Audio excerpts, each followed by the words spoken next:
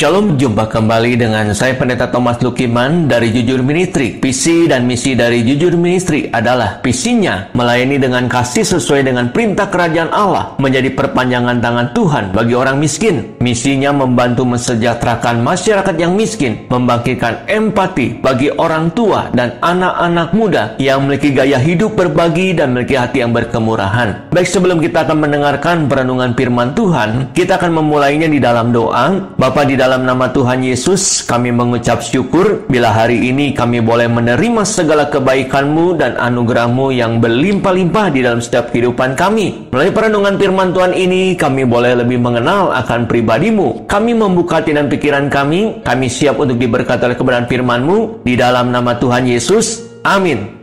Tema firman Tuhan hari ini, hidup ini bukan berdasarkan kata orang. Mungkin kita belum pernah pergi dan mengunjungi ke satu tempat wisata, tetapi kita bisa tahu seperti apa tempat tersebut dan bagaimana keadaan tempat tersebut dengan cukup kita melihat tayangan televisi atau membaca buku para wisata tempat tersebut atau mendengarkan cerita dari orang lain yang pernah berkunjung ke sana. Hanya saja semuanya itu adalah sebatas katanya, karena kita belum mengalaminya sendiri. Pengetahuan kita terbatas pada informasi yang kita terima, yang bisa saja salah, kurang tepat, dan tidak komplit. Di dalam Ayub pasal 42 ayat 5, hanya dari kata orang saja aku mendengar tentang engkau, tetapi sekarang mataku sendiri memandang engkau. Ayub seringkali dirujuk sebagai contoh orang yang beriman. Ayub mengalami gelombang, bahkan badai kehidupan yang begitu besar dan kencang. Hidup Ayub seperti terhempas, tetapi Ayub tetap bertahan. Pada saat istrinya mempengaruhinya untuk menyalahkan dan meninggalkan Tuhan, dan para sahabatnya menuduhnya telah berbuat dosa, Ayub tetap bertahan dalam imannya dan tidak mau menyalahkan Tuhan atas apa yang terjadi dengan dirinya.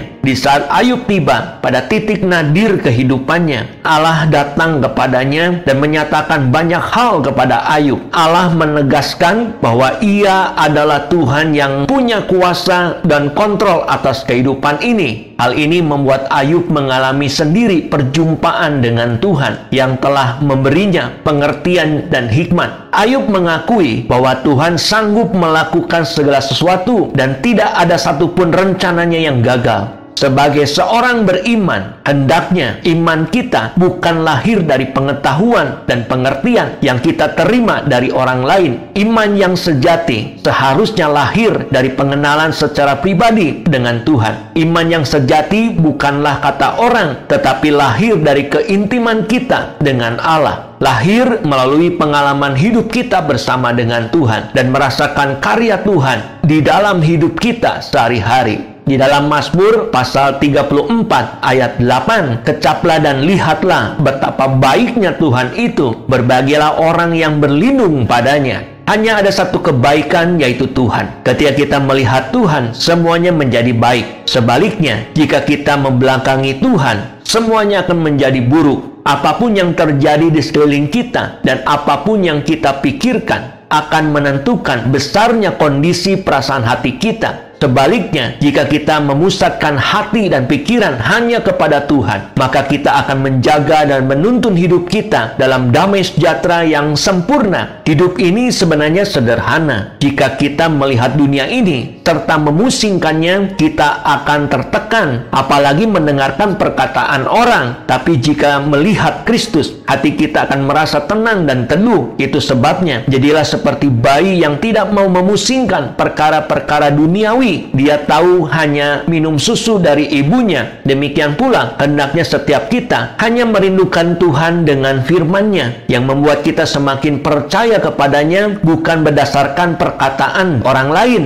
Tuhanlah sumber segala kebaikan dan sumber segala kebahagiaan. Jangan pernah berpaling darinya. Apapun situasi dan kondisi, kita tetap percaya kepadanya. Sesulit apapun keadaan saat ini, Tuhan akan membuat perbedaan antara orang benar dan orang fasik. Jika hidup kita benar, maka Tuhan tidak akan pernah meninggalkan kita. Apapun yang kita perbuat, Tuhan pasti akan membuatnya berhasil. Di dalam Pengkhotbah pasal 5 ayat 19 16, setiap orang yang dikaruniai Allah kekayaan dan harta benda dan kuasa untuk menikmatinya, untuk menerima kebahagiaannya, dan untuk bersukacita dalam jerih payahnya, juga itu pun karunia Allah. Kebahagiaan hidup adalah pilihan. Jika kita ingin berbahagia, pilihlah sekarang untuk menikmati apa yang Tuhan telah anugerahkan kepada kita. Keserakahan dan kerakusan penyebab kita sulit untuk bisa menikmati hidup ini. Fokuslah pada apa yang telah kita miliki sekarang. Buka mata kita, hargai apa yang telah Tuhan beri, lalu nikmati saja apa yang telah kita miliki dengan ucapan syukur. Niscaya kita pasti akan merasa lebih berbahagia sekarang. Mulailah dengan bersyukur atas semua yang ada di depan kita. Niscaya Tuhan akan menganugerahkan anugerahnya, yaitu kuasa untuk menikmati. Jangan berandai-andai untuk mengejar kebahagiaan. Sesungguhnya untuk berbahagia itu sangatlah mudah. Dalam sekejap pun kita bisa berbahagia. Sesungguhnya yang membuat kita jauh dari kebahagiaan adalah karena kecongkakan kita sendiri. Kita serahkan dan selalu ingin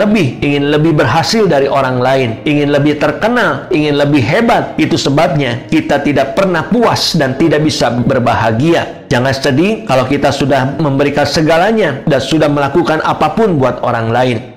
Orang tersebut tetap tidak berterima kasih dan kita tetap tidak mendapat apa-apa. Saya mau katakan bahwa kita akan tetap mendapatkan sesuatu yang spesial, yaitu pelajaran tentang kehidupan ini. Jangan pusing dengan penilaian dan perkataan orang lain kepada kita. Toh mereka tidak menjalani kehidupan kita. Jadi santai dan rileks saja. Sebab yang terpenting adalah apa kata Tuhan, bukan apa kata manusia. Jika kita tidak bahagia, jangan pernah meremehkan diri kita sendiri. Perbaikilah yang salah dan teruslah melangkah. Karena hidup kita bukan berdasarkan dari perkataan orang lain. Di dalam Yesaya pasal 46 ayat 4, sampai masa tuamu aku tetap dia, dan sampai masa putih rambutmu aku menggendong kamu. Aku telah melakukannya dan kamu menanggung kamu terus. Aku mau memikul kamu dan menyelamatkan kamu. Berpikir positif saja tidaklah cukup. Memilih bekerja keras saja tidaklah cukup. Mengatakan hal-hal optimis juga tidak cukup untuk meraih tujuan hidup kita. Kita harus menemukan cara untuk hidup benar, jujur, taat, dan setia, agar kita bertahan sampai janji Tuhan digenapi. Kita tidak bisa menjadi orang yang antusias atas janji-janji Tuhan yang hanya dalam seminggu atau sebulan. Komitmen dan kesetiaan dalam mengiring Tuhan memegang peranan besar untuk mempertahankan antusias kita dalam jangka panjang.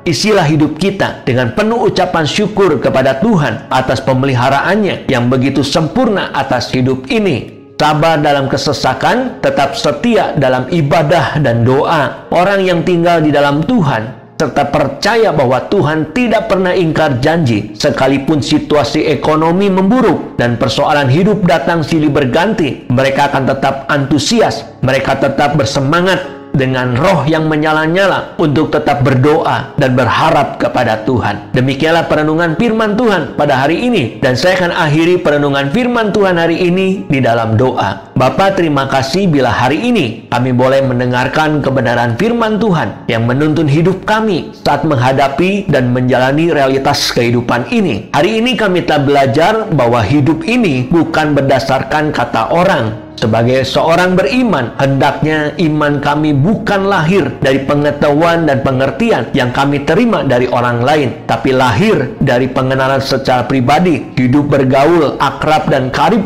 bersama dengan Tuhan. Iman yang sejati bukanlah kata orang, tetapi lahir dari keintiman kami dengan Tuhan, lahir melalui pengalaman hidup bersama dengan Tuhan, dan merasakan karya kasih Tuhan di dalam hidup kami sehari-hari. Bila gol-gol kami yang belum tercapai, kami perlu memiliki antusias yang berasal dari Tuhan, bukan berdasarkan perkataan dari orang lain. Dengan cara bersukacita dalam pengharapan, sabar dalam kesesakan, dan tekun dalam doa, bersyukur kepada Tuhan, niscaya pengharapan kami tidak akan pernah sia-sia. Materaikan firman-Mu dalam setiap hati kami, agar kami menjadi pelaku-pelaku firman Tuhan yang hidup. Di dalam nama Tuhan Yesus kami berdoa dan mengucap syukur. Amin. Saya Pendeta Thomas Lukiman mengucapkan terima kasih, dan Tuhan Yesus memberkati kita semua. Shalom.